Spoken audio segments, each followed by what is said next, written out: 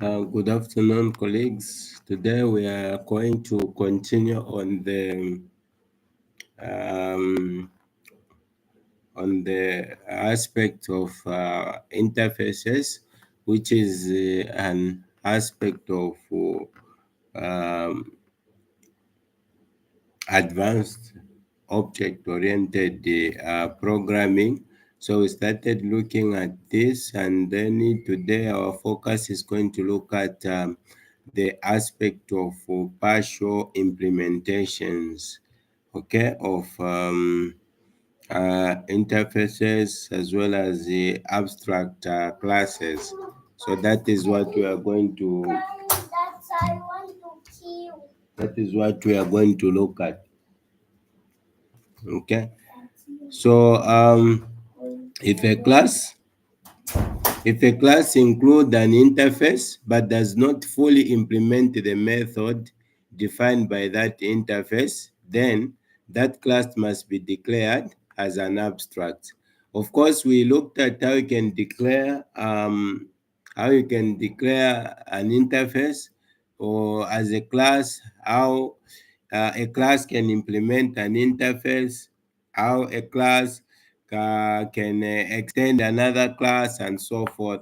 So our focus today is to look at um, the aspect of interface vis-a-vis abstract classes.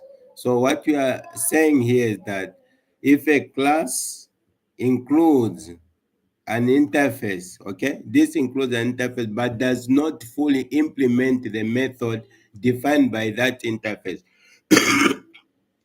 you have the class that fully implement that has uh, you have a class that includes interface but does not fully implement the methods defined by that particular interface. Okay, then we are saying you must declare this class as abstract, because by default it becomes an abstract class. So this is how it is given. For instance, abstract class, then incomplete implement callback. A callback is basically a class that we created in the previous example. So now in this we have a class which we are calling incomplete. Okay, this class is not complete. So we have two variables, a and b, which data type integer, and we have one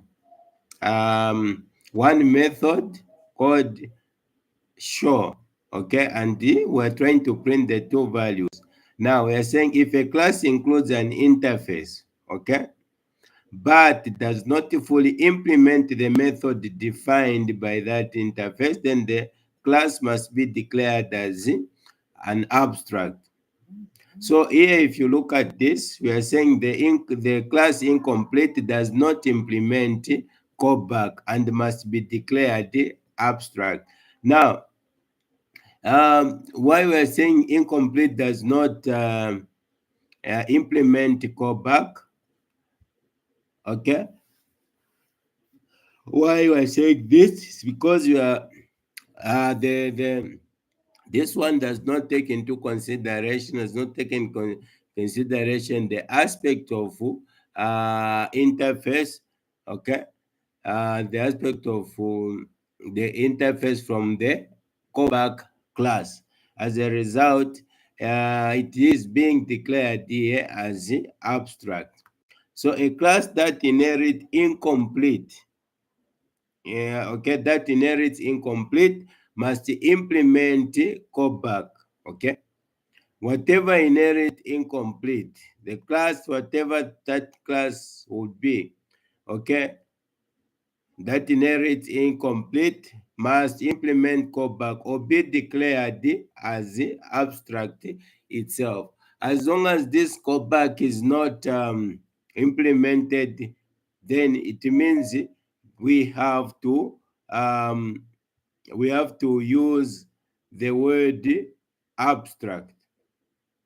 Okay, we have to use the word abstract. Okay, so the word abstract is the one that we are going to that's the one that we are going to use. So we have variables in interfaces. So we are saying you can define variables in an interface, but implicitly they are final variables. Remember, we talked about the final variables in the previous lectures. So when you talk about these final variables, you are basically talking about the constant variables. Okay, these are just constant and they cannot be changed. They cannot be changed. So that is, you can't modify them. Okay, so we have an example here saying final test.java. So the class final implement final demo. Okay, here we have public void show as a method, and then we have that statement being printed out. Then you have class. Okay, we have class final test begin public static void main. So we forgot about this class here. So we have this class called the final demo. Okay, which is, in fact, this is an interface, and in this interface we have one method and one variable. We have this variable called I, and this variable I is given the value of 100.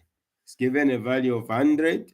And okay, we have one method called show. Okay, this is just an interface. Then you have a class called the final test. We are trying to test this demo. So I saying class final imp implement final demo, trying to implement this one.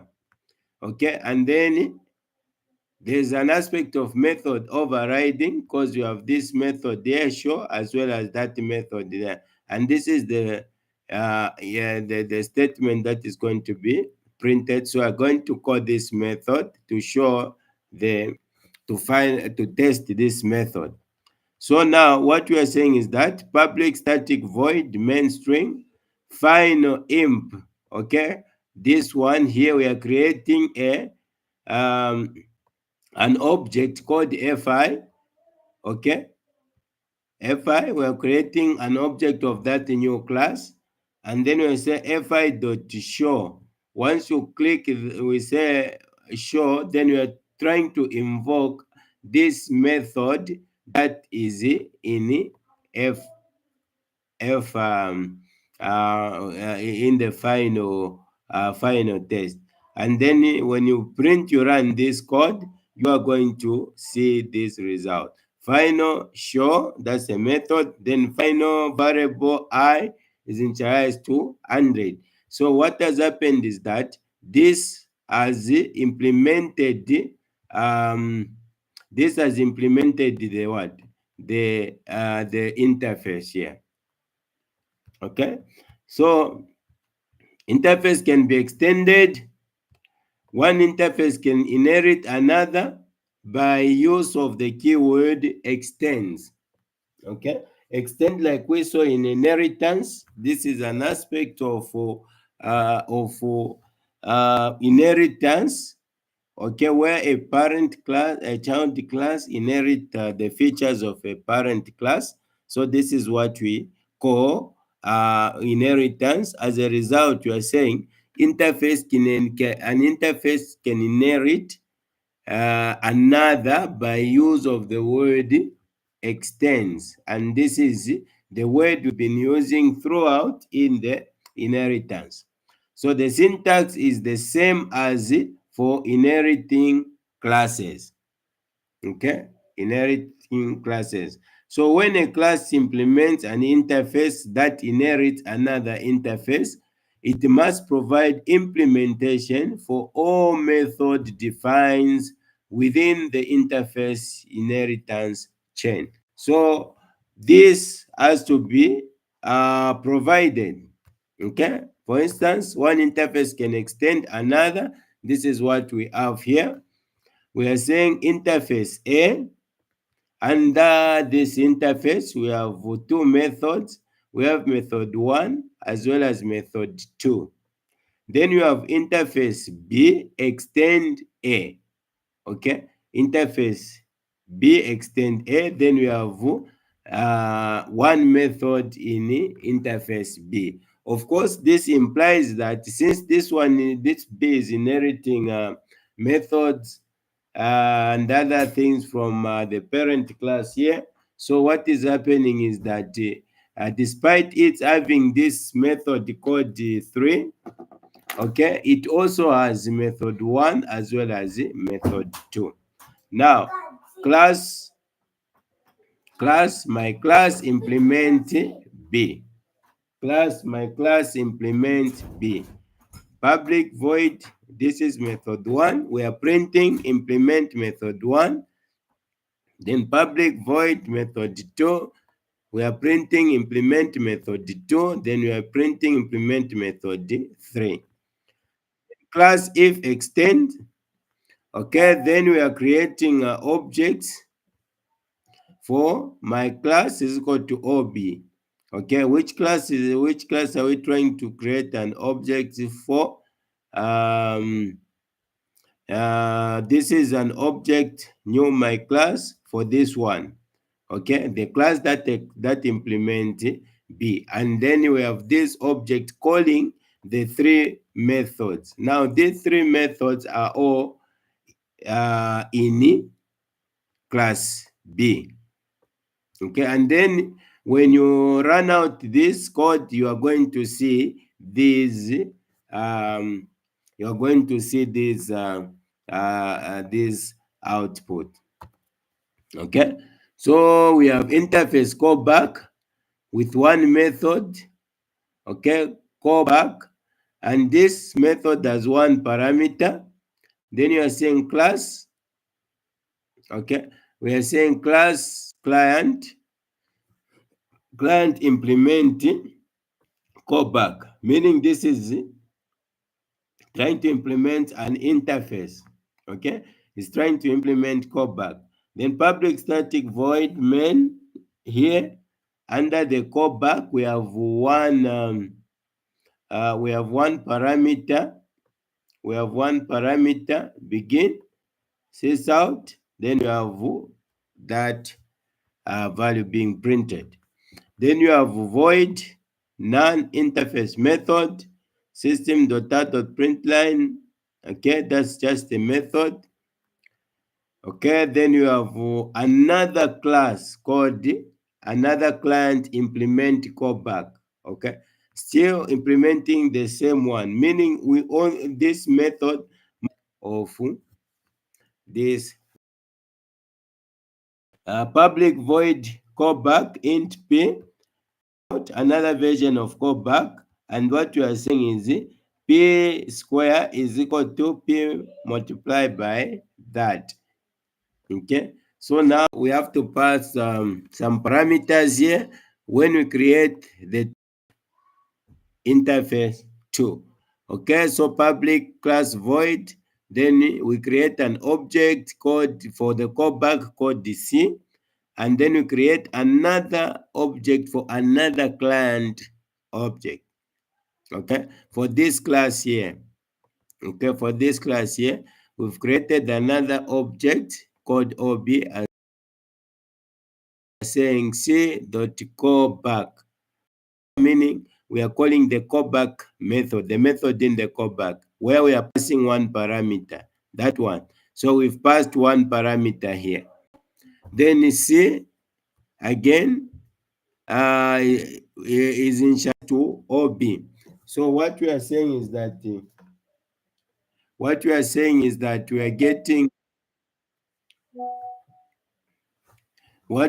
are getting this value, what is in here, and then initializing it to what is in. Okay, So, and then we pass the parameter. So when you run this, you will see that the output will be code, okay, callback code with 42. Another version of callback p square is equal to that one. So meaning you're just multiplying that. Now let's look at class versus interface. Class versus the method of an interface are all abstract method. Like I said last time, these they they've got no bodies. They've got no bodies. They're just abstract.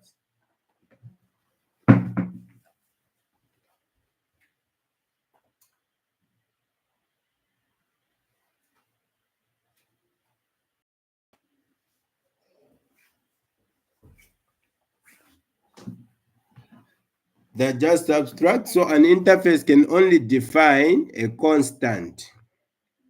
Okay. So you cannot create an interface from an interface. Okay. An instance from an interface or part of. So what an interface can only be implemented by classes or extended by other interfaces. Okay. So interfaces have no direct inherited relationship with any that defined independently. Themselves have inheritance relationship among themselves. Okay. They have inheritance relationships among themselves. So a class can implement more than one interface. By contrast, a class can only inherit a single superclass or abstract. Okay, otherwise, that's what a class can do. So, abstract class versus interface class. Okay, take note of this. We have class versus interface. Now we're talking about abstract class versus interface class. So an abstract class is written when there are some common features shared by the object. Okay, that is when this is written. Remember, this is a class without anything in it. Okay, that's an abstract class. So an interface is written when all the features are implemented independently in different objects. So when an abstract class is written, it is the duty of a programmer to provide the subclasses to it.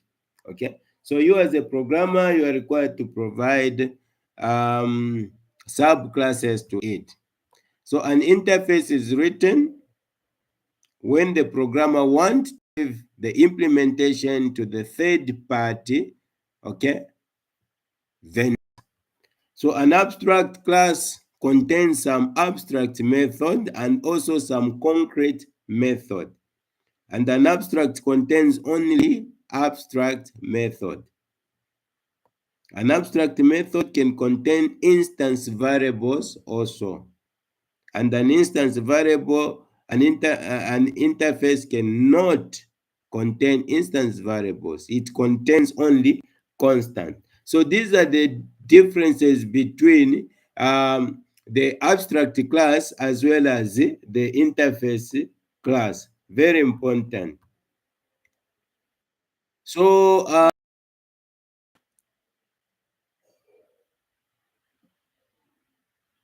okay, all the abstract methods of the abstract class would be implemented in its subclasses. Okay, so all the method of the interface should be implemented in its implementation classes. Very important. While an abstract class is declared by using the keyword abstract, an interface is declared using the keyword interface. Okay, An interface is declared using the keyword interface. Okay, that is what an interface is declared with. Okay, then what you are saying is that an abstract class can only inherit a simple superclass, abstract class, while a class can implement more than one interface. Okay, then interface have no direct inherited relationship with any particular class. They are defined independently. They're defined independently, and interface themselves have inheritance relationship among themselves. So this is still the difference between the two, abstract as well as interfaces. So I'm saying an abstract method of an abstract class have abstract modifier. Okay, there's an abstract modifier, while a method of interface is an abstract method by default. Now, in terms of use or the uses of interface, uses of interface. So the interfaces are used to review an object's programming interface. We're talking about the functionality of the object, okay, without revealing its implementation, some kind of aspect of providing abstraction. Okay, so this is the concept of encapsulation. The implementation can change without affecting the caller of the interface. Okay, the implementation can change without affecting the caller of the interface. So to have unrelated classes implement similar methods or behavior, one class is not a subclass of another. Okay, so also to model multiple inheritance, okay, can model multiple inheritance. So I'm saying a class can implement multiple interfaces while it can extend only one class. A class can implement multiple interfaces while it can only extend one.